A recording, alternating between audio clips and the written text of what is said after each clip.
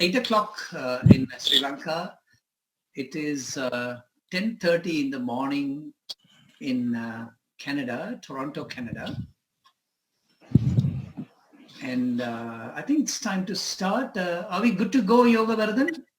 Yes, we should. All right. So welcome all. It's the beautiful Sunday, of course, Sunday night in Sri Lanka. And this is going to be an exciting webinar on the animal production and its strategies and the difficulties in northern province of Sri Lanka. I can see the big tiredness on all the Sri Lankans after the elections, hearing all those lovely speeches and getting on now with the business. I'm sure that Sri Lanka is being praised all over the world for an excellent execution of the election process, the democratic process, even during the COVID-19. So congratulations. We all should be proud of that.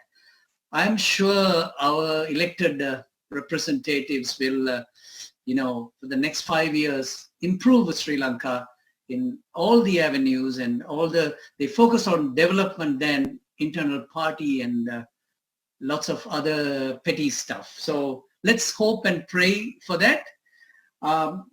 So first, let me introduce myself. I'm Varagunan. I'm a family physician by profession. You call it GP in many of the countries. We call it family physician, fancy word. And I practice in suburb of Toronto in Canada. I'm here past 23 years now. I'm also the president of the International Medical Health Organization. It's a Canadian charity. We do a lot of projects in countries like Sri Lanka and around the SAARC countries.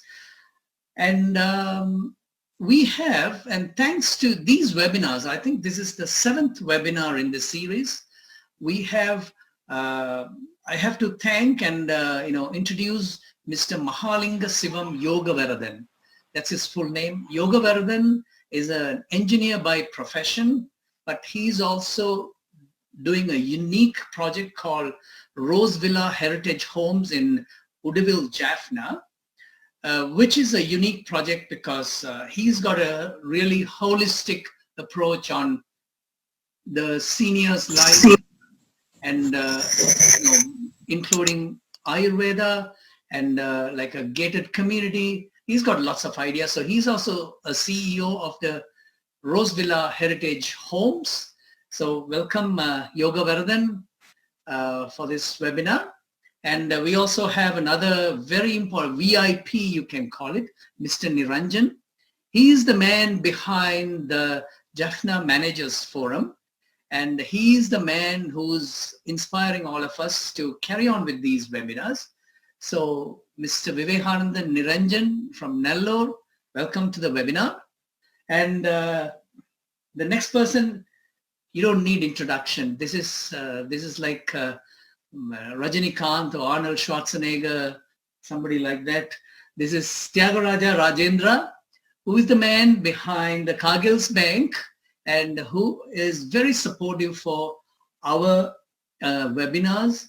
He's here with me. He's actually going to, do the, present the, moderate the webinar. I'm just going to be like an announcer, like the railway station. You announce this train is going to come this platform and this train is going to leave at this platform. That is my job. And Rajendra is going to be the station master. So Theagarajah Rajendra, let me ask you to start and give a great introduction to the webinar, please.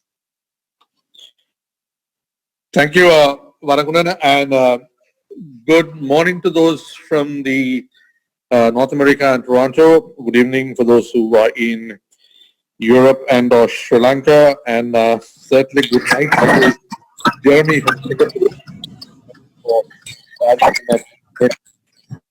in the hour, Jeremy. What I'm going to do is to give a broad holistic thing on the milk side of production to set the tone for the years and 2020. I think the issue on dairy development has been a subject of decades to the country more important. Theagaraja, if I may interrupt, I think your microphone, maybe it's not stationary. Go a little bit behind and that should be clear. Just try that again. Oh, now? Yeah, go ahead, Hello? please. Yeah. Okay. So the unique feature of the north, in particular the peninsula and parts of the as far as dairy and milk is concerned, is the disproportionate percentage of milk consumed in the average household in respect to the rest of the country, which itself has its own advantages as well as challenges. Similarly, we are, unlike the rest of the unique from decades of the cooperative system, even though we have had the infrastructure fragmented during the conflict, we still have one big cooperative society, which is the Jaffna District Development Cooperative Society, popularly known as YALCO, which is championing the cooperative aspect of milk production in the peninsula, which is a unique thing in relation to the rest. What I want to highlight is, as at today, I just got some figures because I also belong to the Cargill's group, which owns 65% of the bank. And today, give or take, on the formal system of collection between the peninsula and perhaps the Venni, literally around 50,000 liters of fresh milk is collected. This is as part of an overall national average of around 700,000. And if you look at this 50,000, around 25,000 is from the pioneering private sector collector, who is Nestle, another who was there during the war. Another 15,000 or so from Milko, which came in a big way, and now they have really got into collection in a big way. And then Yalco has a capacity of about 5,000 in terms of the processing capability in Jaffna. And then the new entrant Cargill's has around another 3,000. So overall it's around 50,000. And the important point to realize is that for a big operator like Cargill's, who today consumes around 180,000 liters of the 700,000 liters which gets collected in the country, we only collect 3,000 from the north. And the main reason behind that, I think, is to a great extent that what is produced is really producing to market within the peninsula. So that is the point I would like to make, and also open the conversation during the webinar to see what else can the industry do to produce more for the demand of the country as a whole, as opposed to just only catering to the needs of the north. That is the point I would like to make. The second thing I would like to also make, which I think is important for those who are not maybe that savvy on the aspect of milk, in the north, the typical northerner prefers to drink fresh milk through either his 2 cows at home or from the neighboring farmer, as opposed to paying a slightly higher premium for pasteurized milk or UHT, which we get in supermarkets outside the peninsula. And there is a price difference. And say for those who collect, like say Cargill's, at just the UHT, they pay based on what you call a farm gate price, but that farm gate price is determined based on the content of the quality of the milk, which gets properly analyzed. And the same applies to Milko as well as Nestle. But I think Yalco does it slightly differently. They actually pay a slightly higher premium than all the others, but they don't necessarily, from what I understand, they don't necessarily base it based on the content the way the others do. So I think there is another natural affinity towards the guys to supply to Yalco. So what goes into value addition, unfortunately, is less, because Yarko currently focuses mainly on pasteurized milk mainly and curd, very little ice cream, cheese or value addition.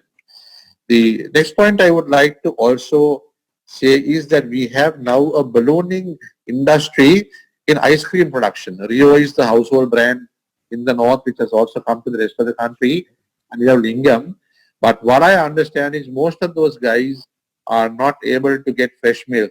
They are depending on milk powder, which again demonstrates the inadequate supply-demand mismatch even for the northerner to use ice cream, because say for example Cargill's magic ice cream is entirely made out of fresh milk and not milk powder. So there is an opportunity for increased milk production to even go into the value-added process of the Jaffna ice cream producers. And of course, the final point I would like to make before we invite the panelists to come in, silage, the importance of silage, and that's why I invited Jeremy Tan to come in today.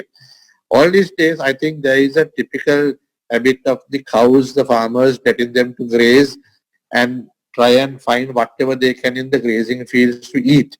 But there is definitely a science, and I'm sure some of the speakers will talk about it, by preserving and minimizing the movement and feeding them regularly in proper conditions and using silage, which is now becoming slowly popular, has a definite different distinct correlation in terms of the quality of milk and the productivity, the yield of the cow.